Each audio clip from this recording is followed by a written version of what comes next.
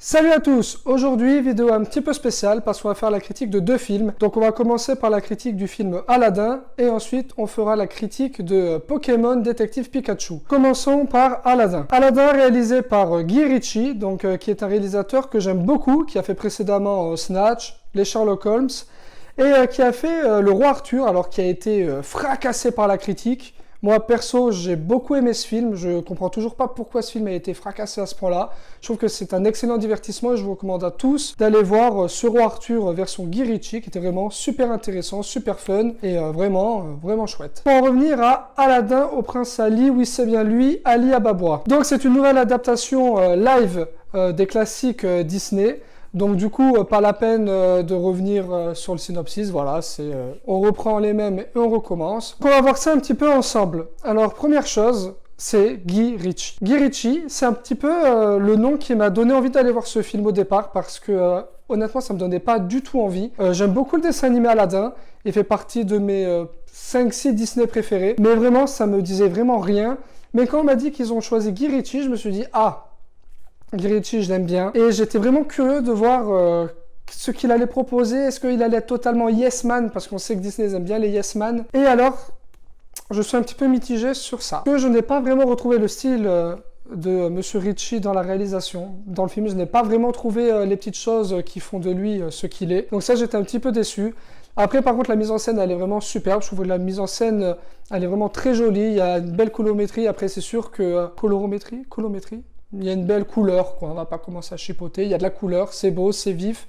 Alors après, c'est sûr qu'on est dans un monde, dans un univers qui demande de la couleur, mais voilà, ça c'est vraiment respecté. Je trouve que c'est assez agréable à voir. Le film est bourré de plans séquences. Je pense qu'il y en a au moins 3 ou 4. Donc ça, moi, du coup, je me suis régalé. J'adore ça. Donc voilà, la seule petite chose que je peux retrouver, c'est que voilà, globalement, je trouve que c'est quand même un petit peu lisse. Et voilà, je pense que c'est Disney qui a demandé certaines choses. Et du coup, ça, c'est un petit peu dommage. La question qu'on peut se demander, c'est au point de vue de l'adaptation, est-ce que c'est 100% comme le dessin animé? La réponse est non. On est sur du 90%, je dirais. Il y a quand même 10% de liberté au niveau du scénario, au niveau même des chansons, parce qu'il y a une nouvelle chanson qui est d'ailleurs très féministe et qui m'a fait un peu penser à Libéré, délivré dans l'intonation, dans les paroles, un peu dans le même délire. Si vous êtes vraiment fan du dessin animé, vous ne serez pas vraiment perdu parce que voilà, c'est quasiment identique, mais ce n'est pas pour autant du plan par plan. Il y a quelques plans qui est repris parce qu'il y a des plans cultes d'Aladdin du coup qui sont forcément repris, mais on n'est vraiment pas sur du plan par plan. Il y a voilà, quelques petites libertés, quelques nouveautés scénaristiques. Maintenant, on va passer au casting. Et là, le casting, ça risque de chier début de carré. Pourquoi? On va reprendre point par point. Aladdin, je le trouve vraiment très bien casté. Voilà, je sais pas le nom de l'acteur qui le fait, mais voilà, je trouve qu'Aladdin, il rend vraiment bien. On y croit. Jasmine, on y croit aussi. Elle est magnifique. L'actrice, c'est Naomi quelque chose, je sais plus son nom, mais elle s'appelle Naomi, c'est sûr. Elle est magnifique. Elle va vraiment bien dans le rôle de Jasmine. Elle se débrouille très bien. On y croit. Ça marche vraiment très bien. Maintenant, ce qui ne marche pas du tout. On va commencer par le Jafar. Alors, le Jafar, c'est une catastrophe. Mais alors, le Jafar... le monsieur qui joue le Jafar, il joue très très mal. Mais alors, il joue mal. Mais putain, il joue mal. Il surjoue toutes les scènes. C'est vraiment ahurissant tellement que c'est horrible. Puis en plus, j'ai eu un énorme problème parce que tout le long du film, j'ai cru voir Adil Rami, le joueur de foot. Donc ça m'a vraiment perturbé. Parce que... Putain, c'est Adil Rami le mec, on est d'accord, c'est son sosie officiel. Et bon, outre le physique d'Adil, voilà, il joue super mal. D'ailleurs, j'ai un autre problème, c'est que Jafar, dans ma tête, il est beaucoup plus âgé, quoi. C'est un homme qui a au moins la 40-50aine, donc les ont voulu mettre, on pense savoir pourquoi, Disney, il faut pas brusquer les familles et tout ça. Donc du coup, on a quelqu'un d'âge proche de Jasmine, ça doit être ouais, quelques années près pareil. Mais du coup, voilà, ça ne marche pas du tout, mais alors pas du tout, Jafar, dégueulasse. Ensuite, le génie. Alors, le génie, pour ceux qui me connaissent, ils savent que je déteste Will Smith, mais je suis anti-Will Smith, je le hais, très clairement, je le déteste. Bon, on va être honnête, je trouve qu'il s'en sort pas trop mal en génie. Voilà, je trouve que c'est pas très beau quand il est en mode génie, c'est-à-dire bleu. Je trouve que ça rend bizarre au niveau du visage et tout, je trouve que ça rend pas très bien. Par contre, quand il est en mode Will Smith, quoi, en mode humain, ça rend beaucoup mieux. Après Will Smith, voilà, je le déteste, mais je suis quand même pas aveugle. C'est quelqu'un qui sait faire le show, qui fait le job, et ça marche plutôt bien. Voilà, ça marche, mais je le déteste. Et pour moi, du coup, ça m'a gonflé de voir sa gueule, mais ça marche. Voilà, ce serait hypocrite de dire que ça marche pas. Je pense que ça marche plutôt bien, même si des fois le rendu visuel en mode génie, c'est pas très très beau, pas très réussi, ça je trouve. Ensuite, une scène que j'ai beaucoup aimée, et c'est un peu pour moi la scène un peu phare culte de Aladdin. C'est la scène avec le génie, quand Aladdin frotte la lampe et découvre le génie, et qu'il y a toute cette chorégraphie musicale et tout ça, ça marche vraiment bien. La scène, elle est super bien faite, on s'y retrouve totalement, mais on est en mode live, donc du coup, il y a quelques idées qui sont vraiment bien foutues pour amener ça, c'est vraiment chouette. Il y a la scène avec la main, là, pam, pam, pam. Ça rend vraiment très très bien, super, top, génial. Voilà pour ce que j'ai à dire sur ce Aladdin. C'est un joli divertissement. Les fans de l'animation ne seront pas choqués, terrifiés. C'est du même acabit. Alors pour moi, c'est largement mieux l'animation. Je me retrouve totalement. Parce que pour moi, l'animation d'Aladdin, c'est vraiment un petit chef-d'œuvre. Et pour moi, il suffit juste de le retranscrire. Donc là, ils nous ont rajouté 40 minutes en plus. On comprend pas trop des fois pourquoi. Mais bon, voilà. Au moins, c'est pas un copier-coller. Il y a un parti pris. Donc pourquoi pas. Pas du niveau de l'original. Mais je pense que c'est un très bon divertissement familial.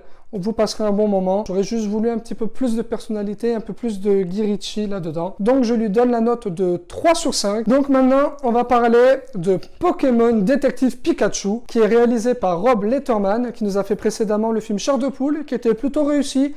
Alors sans être un chef-d'œuvre, c'était assez honnête. Visuellement, il y avait quelque chose. On retrouve vraiment bien l'univers Chair de Poule. Donc du coup, c'est assez logique qu'ils aient pris ce mec pour faire Détective Pikachu.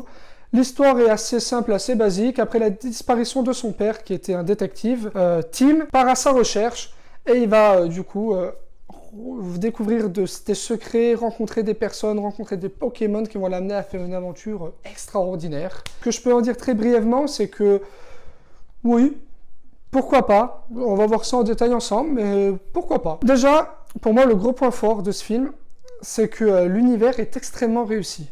Je trouve que ça fonctionne du tonnerre, un peu à ma grande surprise, mais je trouve que le mélange Pokémon réalité humain, ben, ça c'est bien foutu.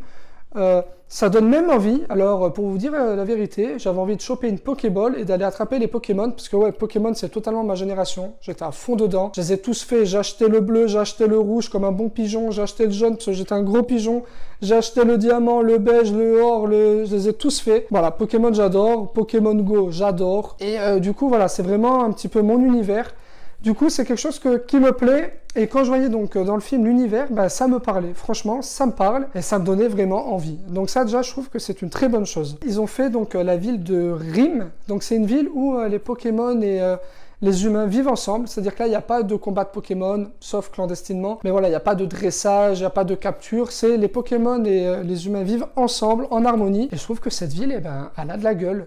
Ils te montrent plusieurs plans, alors ça fait des fois un petit peu Blade Runner, ça m'a fait penser. Mais moi, je trouve que ça a de la gueule. Les Pokémon, d'ailleurs, ils ont une esthétique qui est vraiment très jolie. C'est très bien réussi. D'ailleurs, le film, donc, il a un bestiaire assez intéressant, même si je trouve qu'on voit un petit peu souvent les mêmes Pokémon. Il y en a certains, du coup, qu'on voit pas du tout. Bon, forcément, on peut pas tous les voir. Mais des fois, au lieu de revoir 2-3 fois les mêmes qui reviennent, j'aurais préféré en voir des autres. Donc ça, c'est un petit peu dommage. Mais en tout cas, au niveau de l'esthétique, ils sont vraiment très très beaux. Mi-peluche, mi-petite merde, quoi, mi-petit Pokémon, quoi, mais c'est vraiment très joli, j'ai beaucoup aimé. Par exemple, quand on voit ce qu'ils veulent faire sur Sonic, d'ailleurs, qui recommence tout, quand on voit la gueule de Sonic, voilà, on voit à quoi on a évité, en fait. On voit que, du coup, ils s'en sont très bien sortis pour ce coup-là, donc bravo Rob Letterman, parce que là, c'était pas évident, et ça, c'est très réussi. Après, le film, il n'a rien d'extraordinaire, on va pas se mentir, on va pas se voler la face. C'est basique, le twist final, on le voit venir à 200 km, on le comprend tout de suite. Alors après, c'est sûr que le film est fait pour les enfants. L'humour, d'ailleurs, je trouve qu'il n'a pas du tout fonctionné sur moi. Je ne sais pas si ça va fonctionner sur les enfants, parce que moi, dans ma salle, il n'y en avait pas, et j'avais pas l'impression que ça réagissait très très bien, l'humour. Donc je pense que l'humour est un petit problème. Le film est un petit peu long aussi. Alors il fait qu'1h45, mais voilà, quoi, il n'y a pas grand chose de ouf non plus. Donc du coup, des fois, je me suis un petit peu ennuyé quand même. C'est quand même un film familial, c'est mignon, c'est bien fait. Et vraiment, bah, pourquoi pas, et je trouve que le pari est assez réussi, donc je lui donne la note de 3 sur 5 également. Donc on est vraiment sur du film familial dans cette vidéo à 3 sur 5, parce que oui, c'est pas mal, ça fonctionne, et voilà, il n'y a pas de quoi être méchant là-dessus. Voilà, merci à tous d'avoir regardé cette vidéo un petit peu exceptionnelle avec 2 critiques. Comme d'habitude, n'hésitez pas à commenter, liker, partager et vous abonner. Et moi sur ce, je vous dis hasta la vista baby.